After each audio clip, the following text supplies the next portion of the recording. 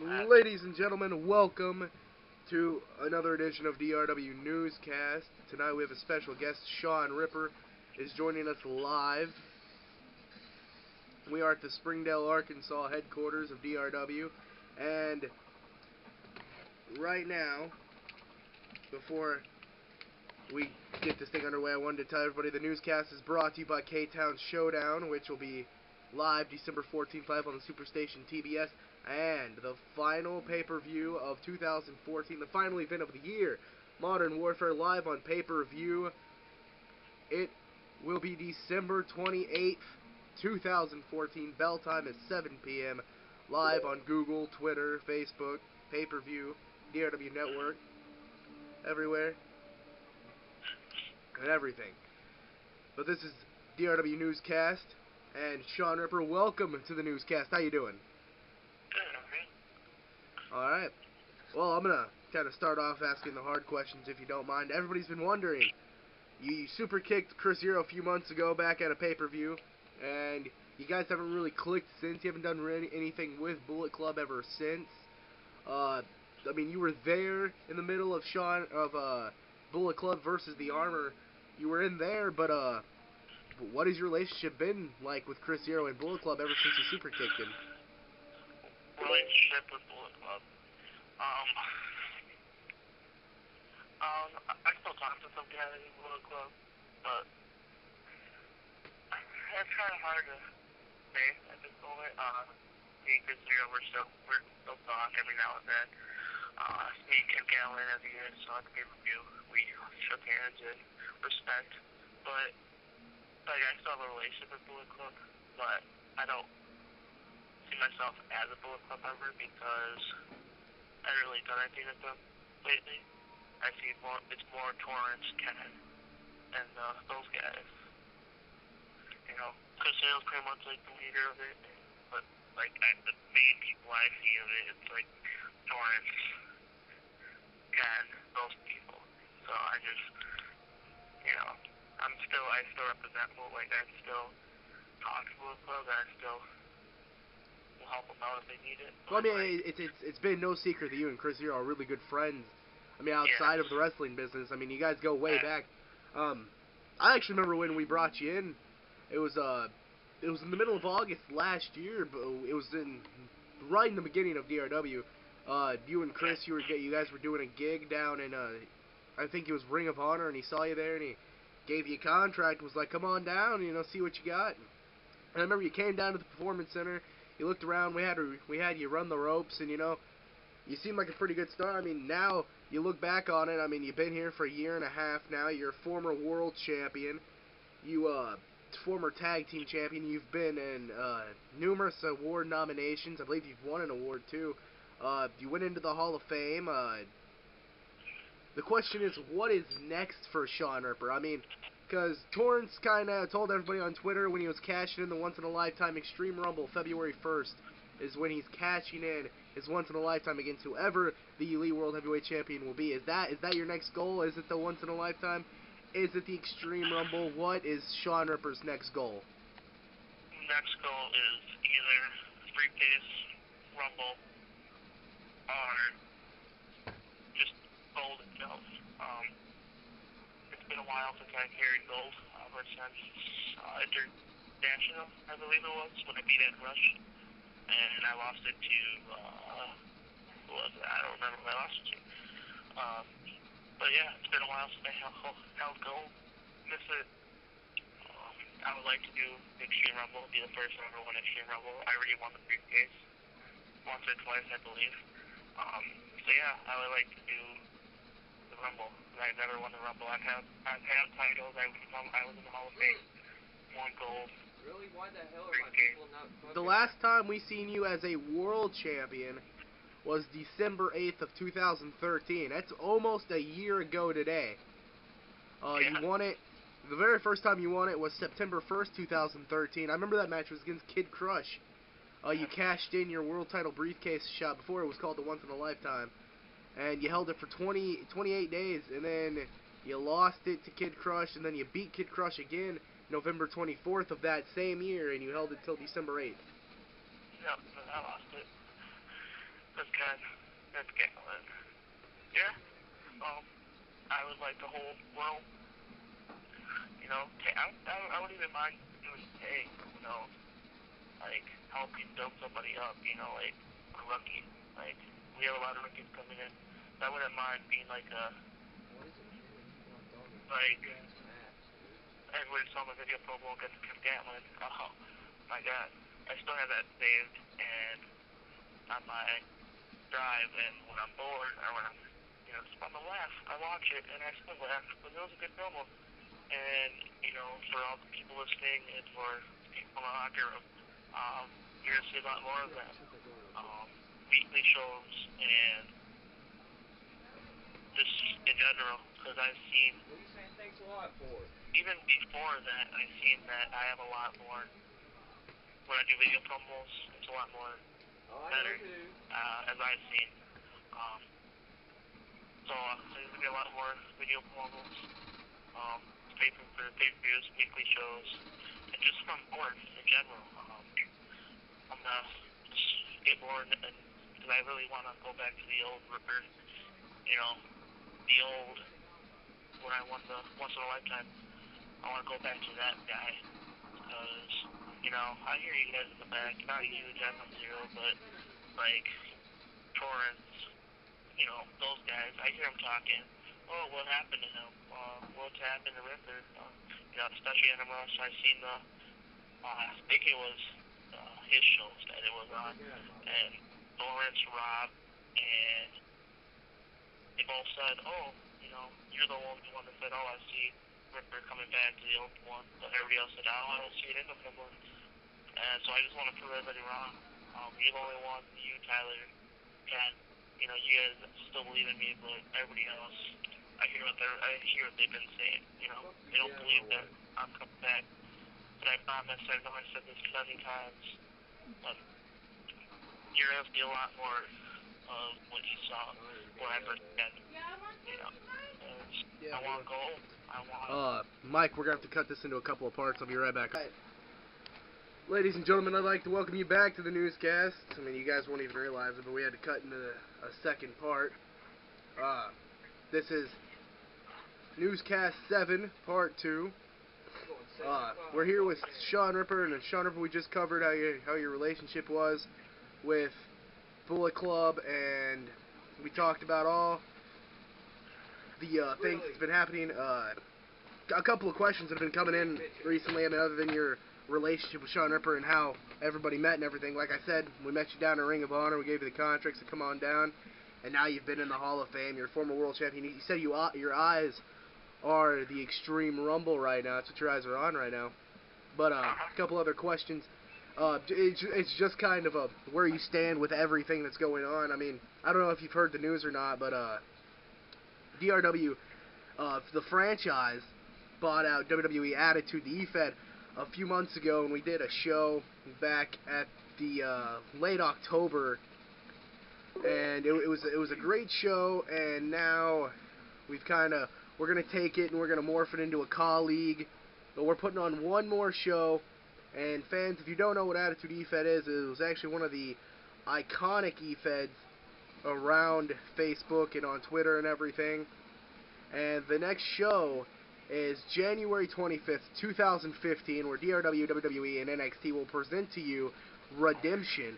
Redemption, January 25th, 2015, and it will be streamed live on the DRW Network and on pay-per-view.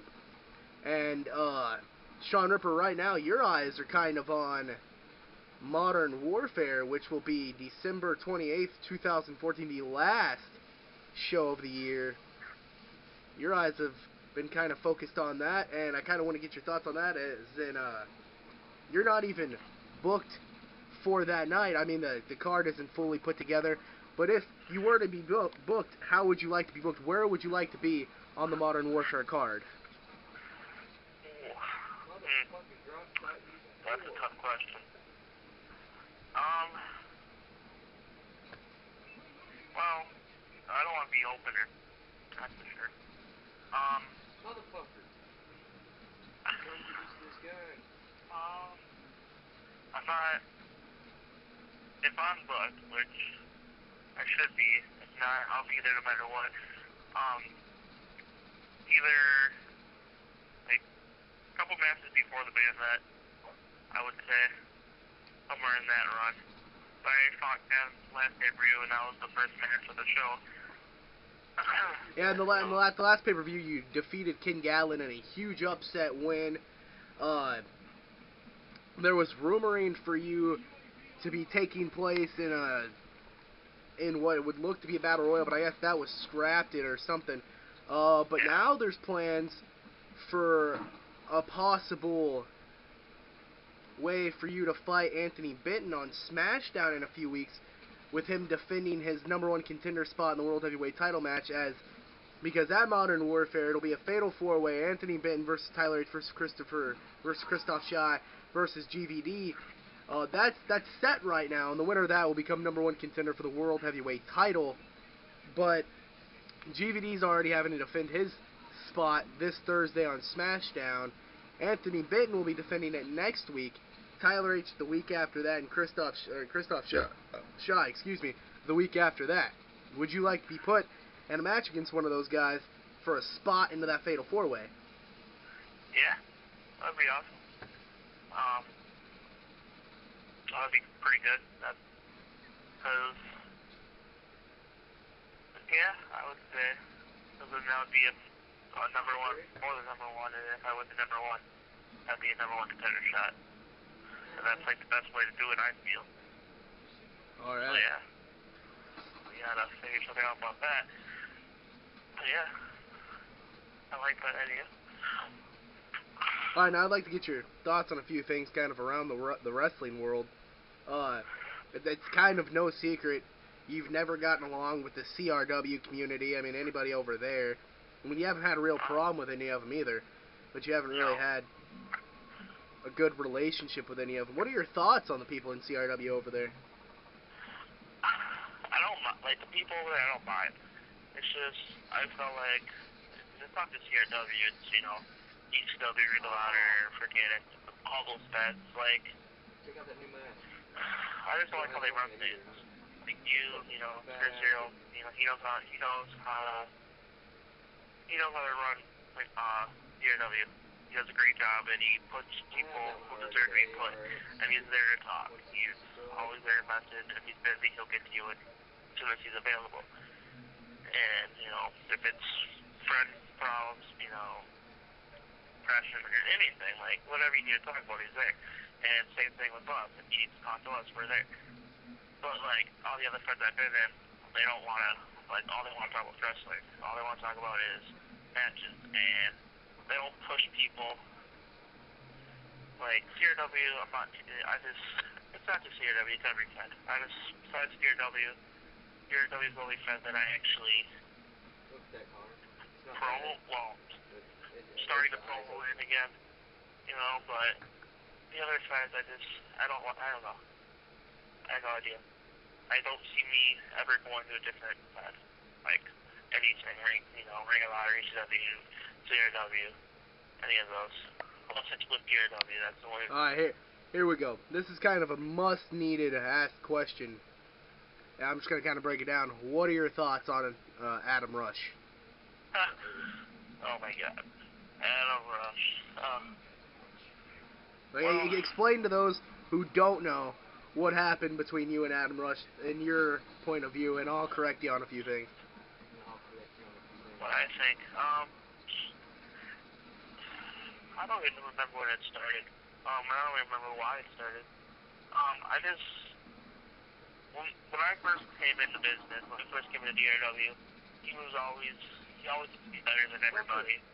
And I know when he listens to this, he's gonna probably promo about it, but that's just Adam Rush. That's what he does. And I hope he is listening. I told him this multiple times. He thinks he's better than everybody. He thinks he's the top dog. And, like, let's say, when I won the money, when I won the once in a lifetime, I was walking around my locker room, and I'm like, look at this, and he's all like, good for you, see how long that lasts. Like, it was never a good job, or congratulations, or, then I won the title, and I was like, nice, let's see if you It lasts a month. And then it's just, he always has to be like, always, Really? yeah, I won this, I won 4 of those titles. It's just, Adam Rush is always has to be better than somebody else. And then, it got bad. Well, we could jump up I don't, there and say it. it's a lot of stuff besides that. I just sort of, it's been a while. Like, I just haven't even talked to him. That's, Ow. Alright, well, for those of you who don't know what happened, Adam Rush, I mean, clearly, it's no secret he's kind of an asshole, and he knows it. And Shawn Ripper isn't any less of an asshole. Both of them are equal assholes, in my point of view. Adam's just more of a cocky asshole, and Shawn, you're more of a respected asshole. Some heated words were thrown between them, and they came to apologies, and they buried the hatchet, and they're both working in DRW now. Adam Rush is kind of higher up on the card right now, as Shawn Ripper went through some things, went through the ringer. He had to go through a suspension recently, and for those of you who don't know what happened, so again, heated words were said, and he had to take the punishment, and it was a good old slap on the wrist. And just things of that nature. I think I just lost the broadcast. No, it's still going. My camera just fell. Very unprofessional.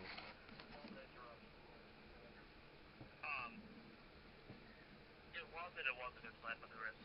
I got the suspension, but then Adam Rush quit. So you're like, well, he's not here, might as well just give me back. Whatever. I learned my lesson. And it wasn't, see, yes, I don't hate Adam. Like, we agreed to work business-wise, like, he wants to have me on this broadcast, and I said, whatever. But, like, we agreed, like, in business, we're gonna, talk it out. But outside, we're never gonna be friends. We've tried, it's just, his ego, my ego, it does not work. Where was I getting at? I fucking forgot. Outside of DRW, I'm gonna pull a Tyler H. But WWE, okay, CM Punk, I'm pretty sure everybody listened to the broadcast. Did you hear his story? He's friends with all the people he supposedly wasn't friends with. It's called, there's inside WWE, outside WWE. Same thing with DRW. There's inside DRW and there's outside DRW. Yeah, that's my take on Tyler. You seem to know a little bit about wrestling, I guess. I kind of wanted to pick your mind on something right now. Not DRW related, WWE related. For those of you who are WWE fans, you know what I'm probably fixing to bring up. CM Punk walked out of the company almost a year ago. He just addressed it a couple of days ago on a podcast with Colt Cabana. Then there was a podcast that Stone Cold did with Vince McMahon, or Vince McMahon did with Stone Cold, and it was live on the WWE Network, which you can order for just $9.99. And he apologized to CM Punk, and he talked about everything that happened. Knowing now everything now as it has unfolded, and Vince has admitted to some things and corrected some things as Punk let some of the truth out and some lies out. What are your thoughts on the whole CM Punk thing? I laughed, to be honest.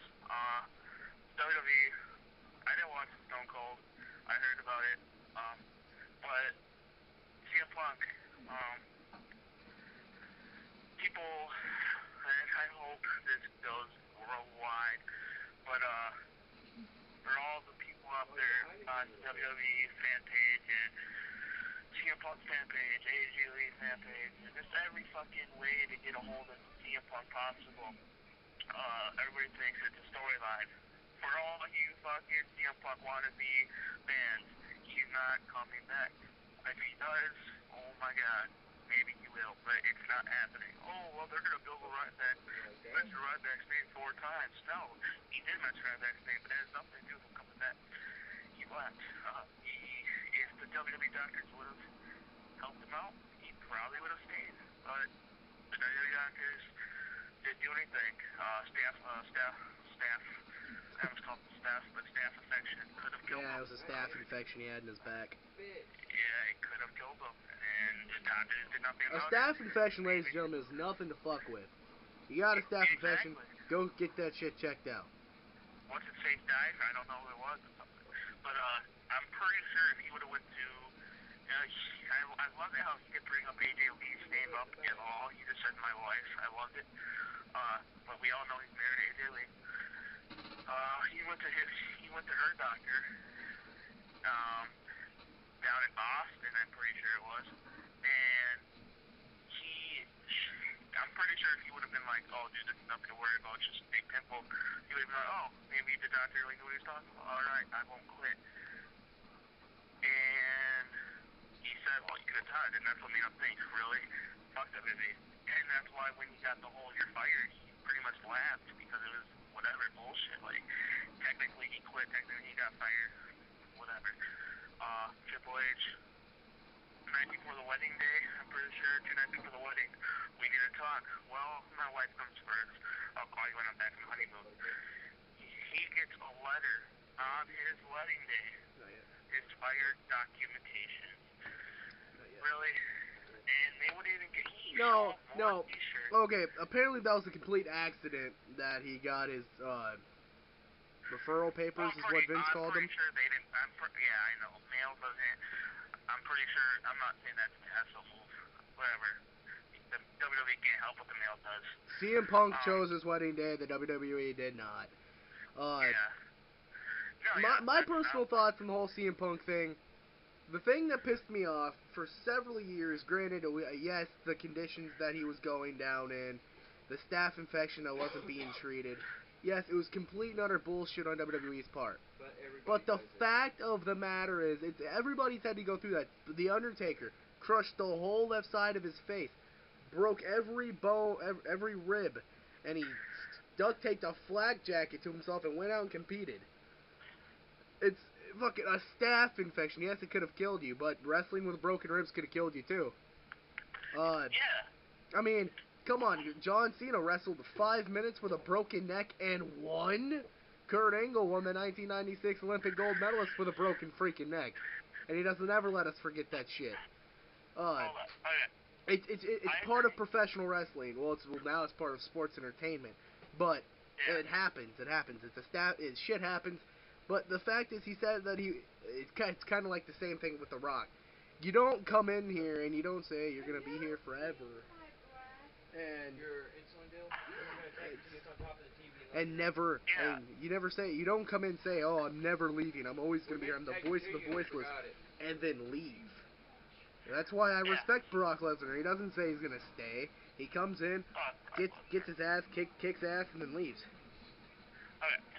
Yes, but he still should be WWE champion. I agree. Yes. I'm a CM Punk lover. I love CM Punk.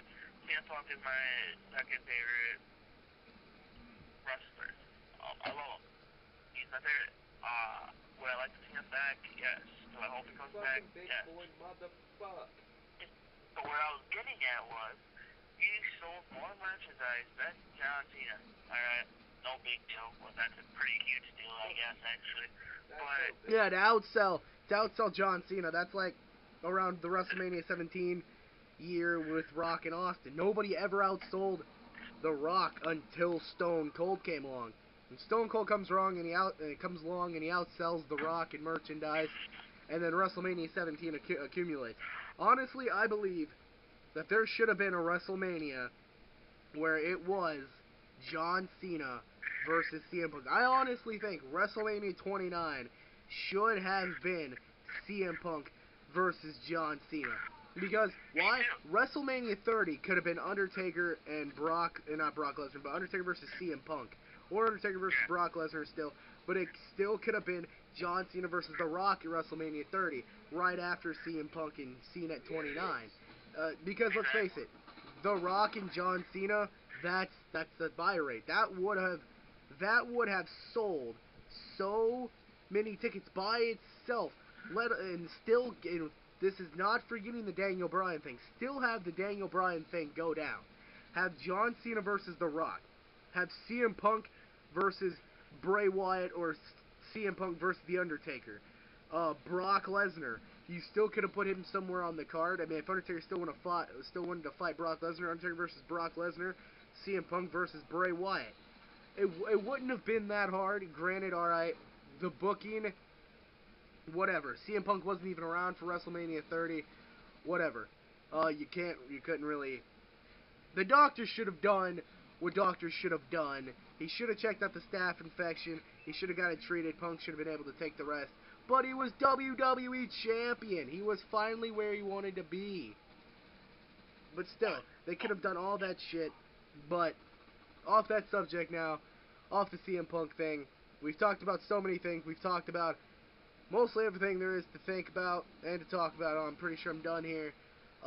It's been a great interview with you, Shawn. Thank you for coming down. Thank you for talking with me for a little bit. Our next podcast, it's going to be a one-on-one with Tyler H. I'm going to try to do one-on-ones more often to get this thing rolling, I guess. Can become YouTube famous, guys. Thank you, Shawn. Thank you, DRW fans, and anybody that's watching.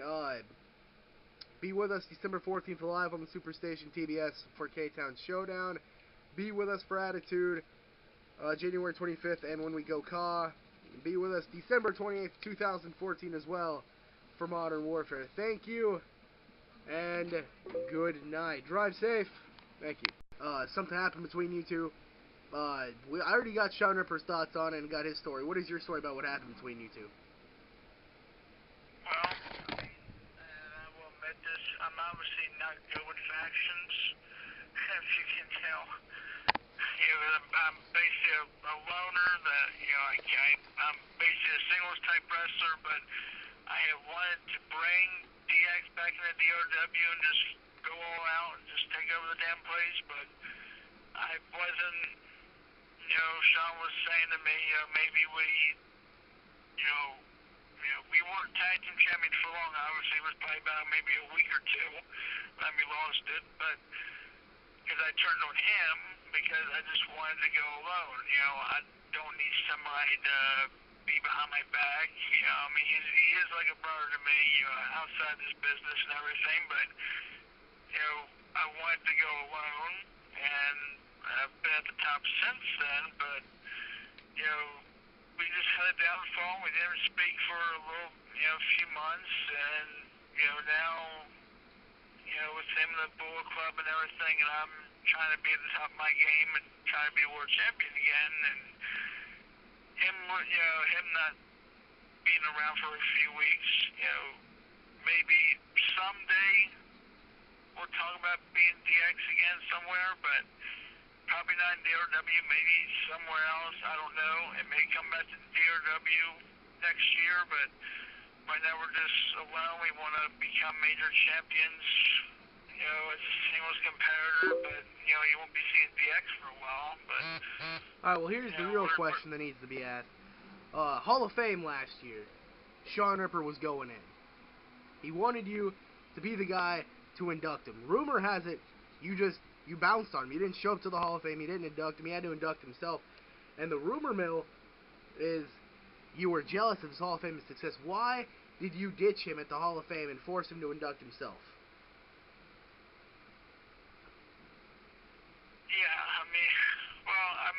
At that time I was kind of pissed off about it. I had felt like at that time that he didn't deserve it. I was a heel. I wasn't a baby face at that time. I was still a heel. That won me 2013 Heel of the Year. But, I was kind of pissed off about it that he really didn't deserve it. That he was going to go in there with a lot of regrets. Because I felt that he wasn't being who he was. He wasn't becoming a major champion. He never was a big world champion or DRW champion.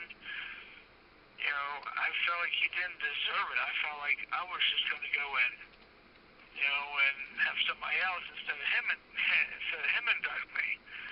But this time it's a whole different story. Now he's going to induct me this time. But I felt like, let him induct himself. Let him say what he says, and I'll just sit in the crowd and watch what he has to say. And I'm not gonna. So you get jealous of his success. You tell him that, you're going to induct him. You get jealous. You don't show up to the Hall of Fame. Alright, a few months later, you go for a DX reunion. You get in the ring. You guys are, oh, you're right. Boom! He super kicks you out of nowhere. Payback is a bitch. And now you're left looking up at the lights. What is going through your mind when he super kicks you? I mean, what are you thinking about when you're laying there looking up at the lights? I mean, that's what he wanted to do, you know. He wanted his revenge.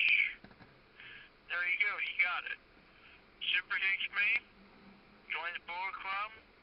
He wants to become a major top star, join the Bullet Club, in which he's really not right now, because he's basically hiding behind guys' backs, holding hands, and trying to get soft, and, you know, maybe he's, you know, he wants to be a top star.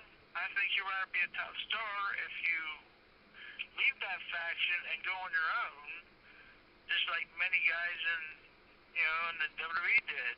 You know, that's what Triple H did when he left the original D-Generation X. He became the champion. He was champion for a long time. Look where it got him. And look where he's at now. You know, that's what I wanted to do. That's why I got rid of him. So that's why he did it to me. You know, it's vice versa here. You know, we want to, you know, now I'm going to the Hall of Fame because I became the world champion twice. You, along with Torrance, Ken, Judas, Insanity, and Chris Knox are all going into the Hall of Fame right now. We're going to move on now, Tyler. Here we are about a year and a half later. We're in DRW. We're almost to the 2 years, guys. Here we are a year and a half later. We're at the beginning of December. And now we're kind of, Tyler, you're just kind of opening up pay-per-views. You're in a Fatal 4-Way for a shot at the World Heavyweight title. If you win this Fatal 4-Way, if you get this shot at the World Heavyweight title, what are the chances of you beating either Adam Rush or Alex Fame for the World Heavyweight Championship? Do you think you can do it? No. I have already beaten Adam Rush. No, it's a yes or no question. Do you think you can beat Adam Rush or Alex Fame? Yes, I can. Can you do it? Can you beat them? Can you beat them? Yeah. Will you beat them? Yes. That's just a matter of time before we see if you make it through the Fatal 4-Way. You got 3 other guys in that ring.